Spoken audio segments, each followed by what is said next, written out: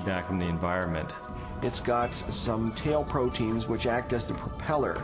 When the flagellum rotates, these push against the water and therefore push the bacterium forward. And the motor uses a flow of acid from outside of the cell to the inside of the cell to power the turning. The bacterial flagellum has 2 gears, forward and reverse, water-cooled, proton motive force. It has a stator, it has a rotor, it has a U-joint, it has a drive shaft, it has a propeller. It's not convenient that we give them these names. That's truly their function. In all, about 40 different protein parts are required to build a flagellar motor. Half of them are constructor proteins, specialized mechanisms that assemble the flagellum's individual components. Since its discovery, biologists have tried to understand how a machine of such superb design could have arisen gradually, without foresight or plan, through the biological pathway Darwin envisioned. I think what Darwin was trying to show was that things that look designed aren't really designed, but that we can find naturalistic processes to account for the complexity of life. Darwin theorized that every part of every living organism evolved through natural selection, a blind process that acts upon random changes in the cell. Darwin believed that, given enough time, these random variations would transform the simplest cells into the great diversity of life that inhabits our planet. In his study of evolution and molecular machines, Michael Behe has raised a significant challenge to the creative power of Darwin's mechanism of natural selection. It is called irreducible complexity. Irreducible complexity was coined by Mike Behe in describing these molecular machines. Basically what it says is that you have multi-component parts to any given organelle or system in a cell, all of which are necessary for function. That is, if you remove one part, you lose function of that system. Irreducible complexity can be illustrated by a familiar, non-biological machine, a mousetrap. The trap is composed of 5 basic pieces: a catch to hold the bait, a strong spring, a thin bent rod called the hammer, a holding bar to secure the hammer in place, and a platform upon which the entire system is mounted. If any one of these parts is missing or defective, the mechanism will not work. All components of this irreducibly complex system must be present simultaneously for the machine to perform its function. Catching mice.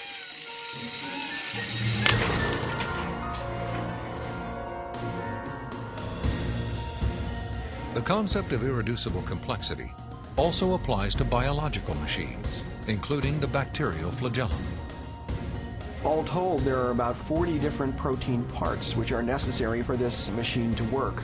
And if any of those parts are missing, then either you get a flagellum that doesn't work because it's missing the hook or it's missing the drive shaft or whatever, or it doesn't even get built within the cell.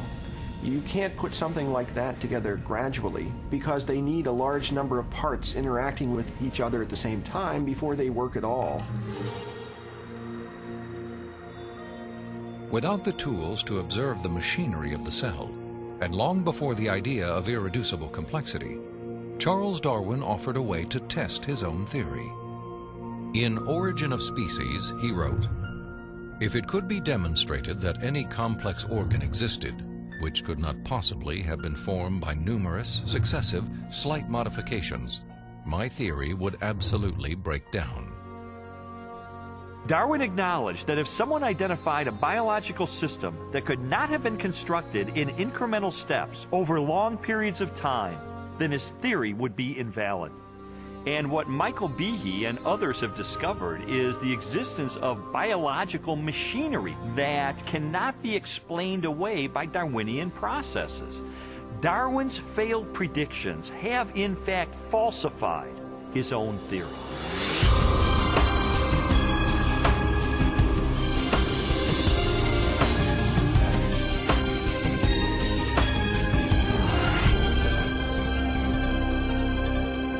The existence of complex biological machines raises an obvious question. If natural selection wasn't the agent of their construction, then what was? The centerpiece of my investigation was an interview with philosopher of science, Dr. Stephen Meyer. Meyer, who holds a PhD from Cambridge University, brought me face to face with the most efficient information processing system in the universe. The DNA molecule and its language of life.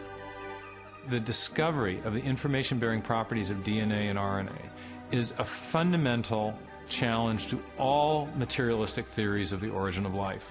Neo-Darwinism and its associated theories of chemical evolution and the like will not be able to survive the biology of the information age, the biology of the 21st century. Meyer's conclusions are based upon his understanding of the DNA molecule and the genetic instructions that are locked within the nucleus of living cells. In 1953, when Watson and Crick elucidated the structure of the DNA molecule, they discovered that DNA was a carrier of genetic information in the form of a 4-character digital code. That is to say that DNA functions like a software program, only more complex than anyone has ever created or devised. For a biological system to run and operate, it needs genetic information to build the proteins and protein machines that cause the cells to maintain their function. This information is stored in a precise arrangement of 4 chemicals that scientists represent with the letters A, C, T, and G. Sequences of these chemicals provide the instructions necessary to assemble complex protein molecules that in turn help form structures as diverse as eyes, legs, wings, and hearts. This code has been called the language of life, and it is the most densely packed and elaborately detailed assembly of information in the known universe. Geneticist Michael Denton has estimated that the amount of biological information necessary to build all of the proteins in all of the species of organisms that have ever existed on planet Earth could be held in a single teaspoon. And we'd still have room left over for all of the information contained in every book ever written. The more I learned about DNA, the more I understood the significance of what Stephen Meyer called the most fundamental question facing biology today. Where did the information in DNA come from? How did it arise in the first place? Well, lots of people have wanted to explain the origin of information by reference to the laws of physics and chemistry or by reference to the chemical properties of the constituent parts of the DNA. But that would be like saying that you could explain the information in this morning's New York Times headline by reference to the physics and chemistry of ink bonding to paper. There is a chemical explanation as to why the ink sticks to the paper, but that does not explain the way the ink got arranged to convey a message that could be understood by speakers of the English language. Information requires a material medium, but it transcends the material medium. An explanation for the origin of the genetic instructions needed to build the first life is the holy grail of 21st century biology. Theories proposing that this information arose through natural selection acting upon non-living molecules or the self-organizing power of chemicals in a primordial soup have repeatedly failed. Even time and blind chance, the oft-invoked saviors of implausible biological scenarios, have fallen far short as accounts for the source of the instructions in DNA.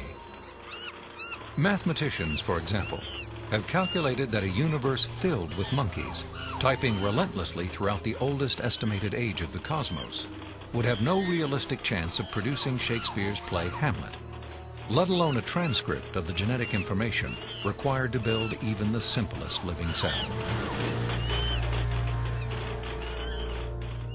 Based on our uniform and repeated experience, which is the basis of all scientific reasoning about the past, there is only one known cause for the origin of information, and that cause is intelligence.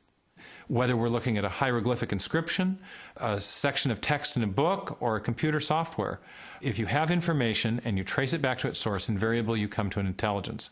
Therefore, when you find information inscribed along the backbone of the DNA molecule in the cell, the most rational inference, based on our repeated experience, is that an intelligence of some kind played a role in the origin of that information. The implications of the scientific evidence, coupled with Mayer's logic, are profound. If we are finding information inside every cell and every living creature, could that not be, in a sense, the signature of a creator?